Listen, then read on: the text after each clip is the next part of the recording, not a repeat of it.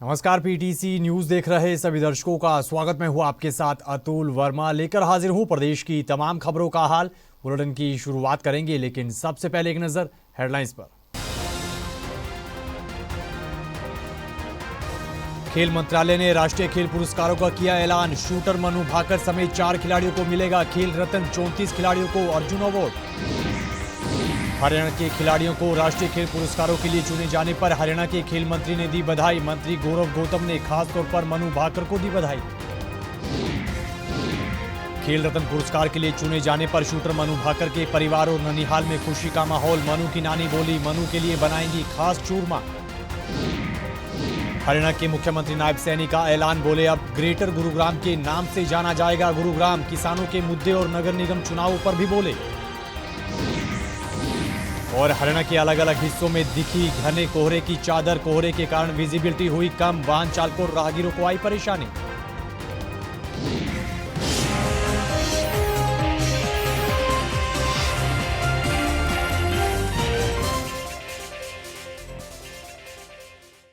चलिए बुलेटिन की शुरुआत करेंगे अहम खबर के साथ। खेल मंत्रालय की तरफ से राष्ट्रीय खेल पुरस्कारों का ऐलान हो चुका है। पेरिस ओलंपिक में भारत को 2 ब्रॉन्ज मेडल दिलाने वाली स्टार शूटर मनु भाकर, शतरंज के बादशाह डी गुकेश, हॉकी कप्तान हरमनप्रीत सिंह और para athlete champion Praveen Kumar को मेजर ध्यानचंद खेल रत्न पुरस्कार से सम्मानित किया जाएगा। इसके अलावा 34 खिलाड़ियों को अर्जुन अवार्ड के लिए चुना गया है, जिनमें हरियाणा के कई मेडलिस्ट खिलाड़ी शामिल हैं। हरियाणा से para athlete Navdeep, star shooter Sarabjot Singh, para athlete Praveen Soorma, Dharamveer, boxer Nitu Ghanghas समेत अन्य खिलाड़ियों को अर्जुन पुरस्कार मिलेगा। वहीं पुरस्कार विजेताओं को 17 जनवरी को सुबह 11 बजे राष्ट्रपति भवन में आयोजित एक विशेष समारोह में देश के राष्ट्रपति की ओर से सम्मानित किया जाएगा। वहीं इस बार पुरस्कार विजेताओं में कोई भी क्रिकेटर शामिल नहीं है। हरियाणा की स्टार शूटर मनु भाकर को मेजर ध्यानचंद खेल रत्न पुरस्कार के लिए चुने जाने पर हरियाणा के खेल मंत्री गौरव गौतम ने उन्हें बधाई दी है। इसके अलावा कैबिनेट मंत्री रणबीर गंगवा ने मनु भाकर समेत अन्य खिलाड़ियों को पुरस्कार के लिए चुने जाने पर बधाई दी है। इस दौरान दोनों ही मंत्रियों ने क्या कुछ कहा है, सुनेगा। पहली बार पलवल के अंदर एक प्रदेश स्तरीय युवा महोत्सव हो रहा है। प्रदेश के अलग अलग जिले से एक प्रतिभाशाली युवा इस पलवल में आकर पार्टिसिपेट करेंगे। जिन क्षेत्रों में हमारे युवाओं ने कीर्तिमान स्थापित किए हैं, वैसे युवा उस कार्यक्रम में होंगे। एक अच्छा एग्जीबिशन स्किल का जो हमारे युवा कर रहे हैं, उसका एक एग्जीबिशन भी अच्छा करने जा रहे हैं और 5000 से ज्यादा युवा इसमें पार्टिसिपेंट करेंगे। 3 तारीख को मंत्री राजेश नागर जी उसका इनॉग्रेशन करेंगे। 4 तारीख को सुभाष चंद्र बोस स्टेडियम में इस प्रदेश के मुख्यमंत्री आदरणीय नायब सिंह सैनी जी रहेंगे। 5 तारीख को विश्वकर्मा स्किल यूनिवर्सिटी में मंत्री विपुल गोयल जी रहेंगे। आज हरियाणा के लिए बड़े गर्व और गौरव की बात है कि हमारी बेटी, हरियाणा की बेटी मनु भाकर जी, जिनको मेजर ध्यानचंद खेल रत्न अवार्ड देने की घोषणा की गई है। ये हर एक हरियाणा वासी के लिए गर्व की बात है कि हमारी बेटियां अपना परचम लहराने का काम कर रही है। और मैं मनु भाकर जी को बहुत बहुत बधाई देता हूं और अन्य भी जितने भी हमारे जो खिलाड़ी देश के हैं जिनको यह पुरस्कार दिया जा रहा है, उन सबको भी मेरी ओर से बहुत बहुत बधाई देता। इधर हरियाणा की स्टार युवा बॉक्सर नीतू घनगस को अर्जुन अवार्ड से सम्मानित किया जाएगा। वहीं पुरस्कार के लिए चयनित होने पर बॉक्सर नीतू घनगस और उनके कोच ने खुशी जाहिर की है। इस दौरान दोनों ने क्या कुछ कहा है, ये भी सुने। तो आज अनाउंसमेंट हुई कि मेरा नाम अर्जुन अवार्ड के लिए हुआ है, तो इसमें मैं धन्यवाद करना चाहूंगी मेरे कोच का और मेरे पेरेंट्स का मुझे सपोर्ट करने के लिए। और मुझे काफ़ी कॉन्फिडेंस मिलेगा अभी अर्जुन अवार्ड से, और मैं जो आगे तैयारी कर रही हूँ तो उसमें भी मुझे हेल्प मिलेगी। क्या लक्ष्य रखा गया है? मेरा टारगेट 2028 का है, तो उसके लिए अभी कॉमनवेल्थ गेम्स और एशियन गेम्स हैं 2025 और 26 में, तो मैं उसके लिए तैयारी कर रही हूँ। क्या प्रेरणा कहाँ से मिलेगी? तो मैं भिवानी से हूँ, तो भिवानी को मिनी क्यूबा के नाम से भी जाना जाता है। तो 2008 में जब विजेंद्र सिंह ने बीजिंग ओलंपिक्स में ब्रॉन्ज मेडल हासिल किया, तो उसके बाद काफ़ी रुझान हुआ बॉक्सिंग की तरफ, तो मैंने तभी उनसे इंस्पायर होकर बॉक्सिंग स्टार्ट की थी।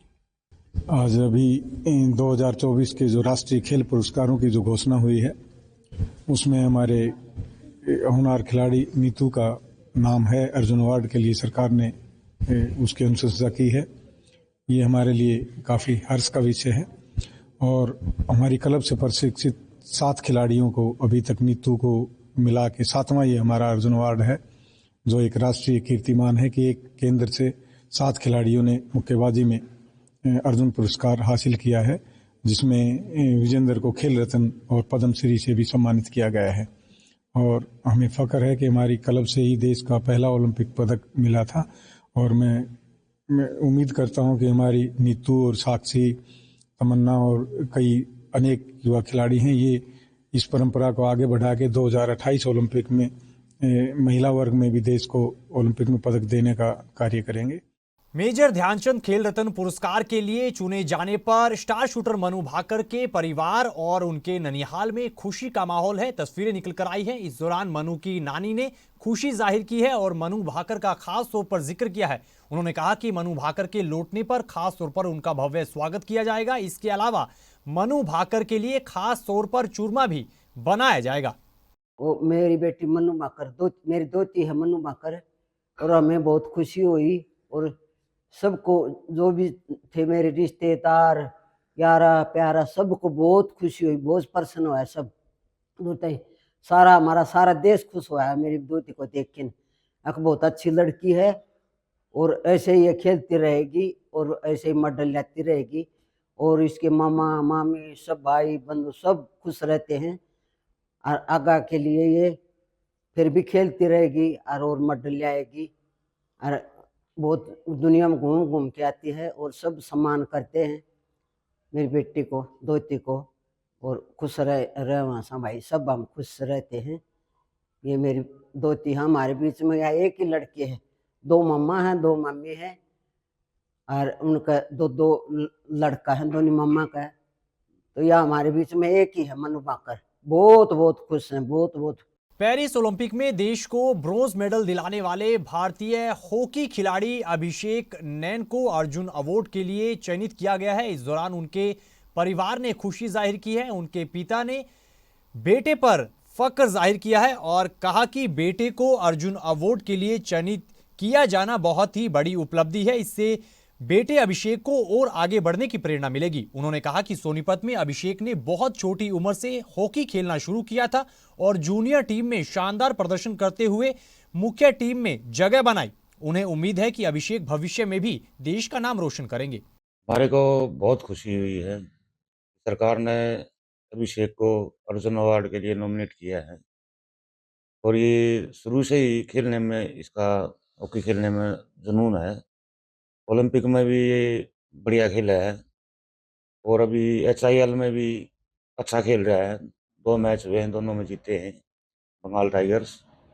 और सरकार को हम धन्यवाद करते हैं कि तो खिलाड़ियों के प्रति उन्होंने अर्जुन अवार्ड है या और दूसरे अवार्ड हैं जो भी दे रहे हैं। इससे प्लेयरों की मतलब ये है प्रोत्साहन, यह खुशी होती है और आगे बढ़ने की इनकी तमन्ना रहती है कि भाई आगे बढ़ते रहे, हम देश के लिए कुछ न कुछ हम करते रहे। ओलंपिक में भी उनका एक अच्छा प्रदर्शन रहा था और खास तौर पर अब जब ये अवार्ड मिल रहा है तो कितनी खुशी है एक पिता के तौर पर, क्या कहेंगे?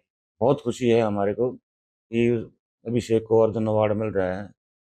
ये जो अच्छा प्लेयर होता है, जिसको लगन होती है खेलने में, उन्हीं को गवर्नमेंट या सरकार है जो वही देती है। खबरों में आगे बढ़ेंगे, अगली खबर का जिक्र करेंगे। प्री बजट को लेकर उद्योगपतियों से चर्चा करने गुरुग्राम पहुंचे मुख्यमंत्री नायब सिंह सैनी ने बड़ा ऐलान किया है। मुख्यमंत्री नायब सिंह सैनी ने कहा कि अब गुरुग्राम को ग्रेटर गुरुग्राम के नाम से जाना जाएगा और ग्रेटर गुरुग्राम को बनाने की दिशा में अब तेजी से काम किया जा रहा है। इस दौरान उन्होंने किसानों के मुद्दे पर प्रतिक्रिया दी। उन्होंने कहा कि पीएम मोदी ने साल की शुरुआत में किसानों को बड़ा तोहफा दिया है और करीब 38,500 करोड़ की सब्सिडी दी है। इस दौरान सीएम सैनी ने गुरुग्राम नगर निगम चुनाव को लेकर भी प्रतिक्रिया दी है। हमारा गुरुग्राम गति से आगे बढ़ रहा है और इसके अंदर इंफ्रास्ट्रक्चर को लेकर के जो भी यहाँ पर सुविधाओं की बात है उसको सरकार तत्परता से कर रही है। मेट्रो का भी मैंने पिछले दिनों यहाँ पर बैठक लिया था कि यहाँ इंटरनल जो मेट्रो उसकी हमने पूरी तैयारी कर ली है। लगभग 1 मई को हम यहाँ उसका भूमि पूजन वो करेंगे ताकि यहाँ के लोगों को जो ट्रैफिक का जाम है उससे सुविधा मिल सके। और एक हमारे यहाँ पर पिछले दिनों जो 700 बेडेड सिविल हॉस्पिटल बनाने का बात थी उसकी तरफ भी हम गति से बढ़ रहे हैं, क्योंकि गुरुग्राम मेडिकल हब है और यहाँ पर लोग काफ़ी संख्या के अंदर उनको स्वास्थ्य सुविधाएं यहाँ पर मिलें और अच्छी सुविधाएं मिलें, उसको लेकर के हम तत्परता से काम कर रहे हैं। जल्दी ही यहाँ पर वो 700 बेडेड हॉस्पिटल भी बनेगा। अगली खबर करनाल से है। करनाल में एसीबी की टीम ने कार्रवाई करते हुए फूड सप्लाई विभाग के 2 अधिकारी और एक कर्मचारी को रिश्वत लेने के आरोप में गिरफ्तार किया है। मामले की जानकारी देते हुए एसीबी के अधिकारी ने बताया कि उन्हें सूचना मिली थी। डिपो धारक की तरफ से शिकायत आने के बाद ये कार्रवाई की गई है और फूड सप्लाई विभाग के 2 अधिकारियों और एक कर्मचारी को गिरफ्तार किया गया है। उन्होंने कहा कि ये अधिकारी सरकार की ओर से मिलने वाले कमीशन में ज्यादा परसेंटेज को लेकर रिश्वत मांग रहे थे। इतना ही नहीं, जो फूड सप्लाई विभाग के अधिकारी राशन बांटने के लिए देते हैं उसमें भी 20 रुपए प्रति क्विंटल के हिसाब से रिश्वत लेने को लेकर बात कर रहे थे और रिश्वत मांग भी रहे थे, जिसके बाद अब ये कार्रवाई की गई है। फूड एंड सप्लाई में इंस्पेक्टर नीरज वधवा जी उन्होंने डिपो होल्डर से हर महीने पैसे लेते थे वो। अब की बार सरकार ने कमीशन जारी करी थी 4 महीने की हमारी, उसकी एवज में उन्होंने 3-4 दिन पहले बोल दिया था भी इतने परसेंट देने हैं। उस एवज में आज पैसे इकट्ठे कर लेते। तो कल ग्रुप में मैसेज डाला था उन्होंने भी कल आएंगे हम, तो किसी कारण से वो 2 घंटा 1.5 घंटा आए ही नहीं। उनकी जगह पे अपना पैसे किसी और ने पकड़ लिए। कितने पैसे थे और कितने डिपो होल्डर थे लोग? जो मैंने दिए थे वो 15,000 रुपये थे। अच्छा, और डिपो होल्डर और बाकी और डिपो होल्डर 13-14 थे, उन्होंने अलग अलग जो अमाउंट दिया उनको पता होगा। तो कैसे मांगते कैसे थे ये? जो हम राशन बांटते हैं उस पर 20 रुपये क्विंटल, और जो ये कमीशन आई है इस पर 3 से 5%। अच्छा, हाँ जी। तो हर एक डिपो होल्डर से मांगते थे? हर एक डिपो होल्डर से। तो क्या फ़ोन करते थे या मैसेज डालते थे कि आ जाओ?